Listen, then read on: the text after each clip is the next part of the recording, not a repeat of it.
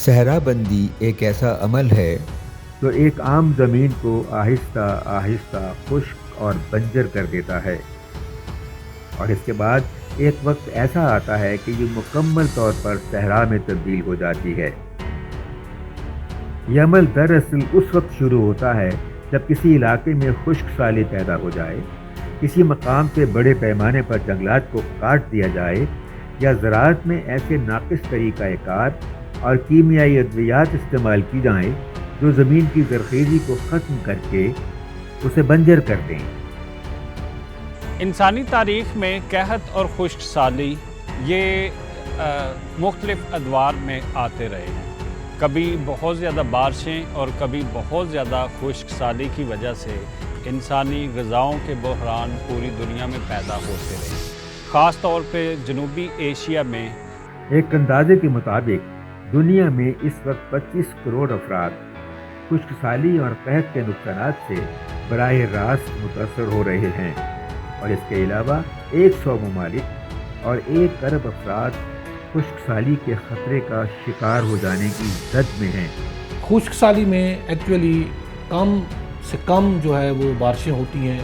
اس سے پھر رزلٹ یہ نکلتا ہے کہ کراپس یا پودے جہاں پر نہری نظام نہیں ہوتا وہاں پر وہ کلٹیویشن ان کی نہیں ہو پاتی، اس سے پھر ہماری جو خوراک ہے اس کے اوپر اثر انداز ہونا شروع ہو جاتی ہے۔ ہمارے ملک میں جیسے آپ دیکھ لیں چولستان کا علاقہ ہو گیا، اور پچھلے کئی سالوں سے ہم دیکھ رہے ہیں وہاں پر بارشیں کم ہوتی ہیں، اس سے پھر ہوتا یہ ہے کہ وہاں پر جتنے بھی پلانٹس ہوتے ہیں پانی نہ ہونے کی وجہ سے وہ خشک ہو جاتے ہیں، اور خشک ہونے کی وجہ سے وہاں پر جو ان پلانٹس کے اوپر جن جانوروں کا اور انسانوں کا انحصار ہوتا ہے وہ آہستہ آہستہ مرنا شروع ہو جاتے ہیں۔ اقوام متحدہ کے عالمی ادارہ برائے خوراک و زراعت کے مطابق دنیا میں ہر 1 منٹ میں 23 ایکڑ زمین خشک سالی کا شکار ہو کر بنجر ہو رہی ہے۔ بنیادی طور پہ ہم دیکھتے ہیں کہ خشک سالی جو ہے یہ ایک ایسا عمل ہے جو ہمارے گلوبل ویدر پیٹرنز کے ساتھ جڑا ہوا ہے۔ اس میں ایک پروسیس ہے ایل نینو، جس میں یہ پیسفک اوشن کے اندر جب سی سرفیس ٹمپریچر بڑھتا ہے تو اس کی وجہ سے دنیا کے ویدر پیٹرن بھی تبدیل ہوتے ہیں۔ انہی ویدر پیٹرنز میں تبدیلی کی وجہ سے یہ پاکستان، ہندوستان اور بنگلہ دیش کے علاقوں میں بارشوں کی مقدار کا تعین ہوتا ہے۔ دنیا بھر میں جاری خانہ جنگیاں بھی خشک سالی کو رونما کرنے کی ایک بڑی وجہ ہے، جو کسی علاقے کو پہلے قحط زدہ بناتی ہیں، زراعت کو نقصان پہنچاتی ہیں، پھر بالآخر وہ زمین صحرا میں تبدیل ہو جاتی ہے جہاں کچھ بھی اگانا ناممکن ہو جاتا ہے۔ ہمارے لیے دنیا میں سب سے بڑا چیلنج ہے وہ کیا ہے؟ Food security. فوڈ سیکیورٹی کو مینیج کرنے کے لیے ہمیں ایک تو اپنے ایریگیشن سسٹم کو ایفیشینٹ کرنا ہے، اور دوسرا اس کے علاوہ ہمیں ایسی کراپس کی ورائٹیز کو انٹروڈیوس کرنا ہے کہ جو خشک سالی کو اور کم پانی پہ گزارا کر کے یہ فصلیں آگے پروان کو چڑھ سکیں۔ تو بنیادی طور پہ پاکستان میں اگر ہم فوڈ سیکیورٹی کے چیلنج کو نمٹنا ہے تو اس پہ ہمیں اپنے کلائمیٹ کو سمجھنا ہے، اور کلائمیٹ میں جو تبدیلیاں آ رہی ہیں ان کے ساتھ ہمیں اڈیپٹ کرنا ہے۔ دنیا بھر کے موسموں میں ہونے والا تغیر یعنی کلائمیٹ چینج، شدید گرم درجہ حرارت اور پانی کے ذخائر میں تیزی سے ہوتی کمی بھی زمین کو خشک کر رہی ہے،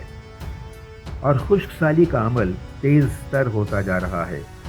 کیونکہ کلائمیٹ چینج ایک نیچرل پروسیس ہے، اور یہ نیچرل پروسیس جو ہے اس میں انسانی مداخلت کی وجہ سے کیا ہوا ہے کہ یہ ویدر پیٹرنز ڈسٹرب ہوتے جا رہے ہیں۔ انسان کی طرف سے جو فاسل فیول ہے جس میں کوئلہ ہے اور پیٹرول اور دوسری گیس کی مصنوعات کا استعمال بہت زیادہ بڑھ گیا ہے، جس کی وجہ سے کاربن ڈائی آکسائڈ کی کنسنٹریشن عالمی حدت میں اضافے کا سبب بن چکی ہے۔ ہمارے ہاں کلائمیٹ سائیکل میں اعتدال جو ہے وہ ڈسٹرب ہو گیا ہے، اور اس کی وجہ سے ایکسٹریم کلائمیٹک ایونٹس جو ہیں یہ آ رہے ہیں۔ ان میں کبھی بہت زیادہ بارشیں اور کبھی بہت زیادہ خشک سالی یہ ہم پوری دنیا پہ فیس کر رہے ہیں۔ لہٰذا ماہرین کے مطابق خشک سالی سے بچنے کا واحد حل یہ ہے کہ زمینوں پر زیادہ سے زیادہ درخت اگائے جائیں تاکہ یہ زمین کو بنجر ہونے سے روک سکیں۔ اس کے علاوہ آبی ذرائع کی مینجمنٹ کرنا اور انہیں احتیاط سے استعمال کرنا بھی بے حد ضروری ہے۔ تو خشک سالی کو ہم کس طرح سے کم کر سکتے ہیں؟ ایک سب سے بڑا سورس جو ہمارے پاس ہے وہ تو بارش کا ہے، وہ اللہ میاں جو ہے وہ اس میں ہماری مدد کر سکتے ہیں، بارشیں زیادہ سے زیادہ ان علاقوں میں ہو سکتی ہیں۔ اس کے علاوہ اگر ہم چاہیں وہاں پر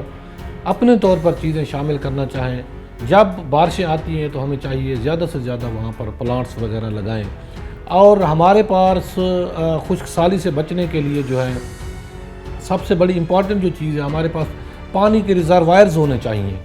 یعنی ہمارے ملک پاکستان میں ہماری ایک بدقسمتی ہے، یہاں پر کوئی بڑے ڈیمز موجود نہیں ہیں جو ہمارے پورے ملک کو یہ کم از کم کلٹیویٹ کر سکیں، اور جو ڈیم اس وقت موجود ہیں ان میں پانی کا لیول کم ہوتا جا رہا ہے دن بدن، کیونکہ اس کے اندر جو ہے ذاتی طور پر جو ہے وہ مٹی بھرنا شروع ہو گئی ہے، اس سے پھر پانی کا لیول کم ہونا شروع ہو گیا۔ دنیا بھر میں ہر سال 17 جون کو خشک سالی اور قحط سے نمٹنے کا عالمی دن منایا جاتا ہے۔ اس دن کو منانے کا بنیادی مقصد خشک سالی اور قحط کے اثرات کی کمی اور اس کی عملی روک تھام سے متعلق آگاہی اور شعور اجاگر کرنا ہے۔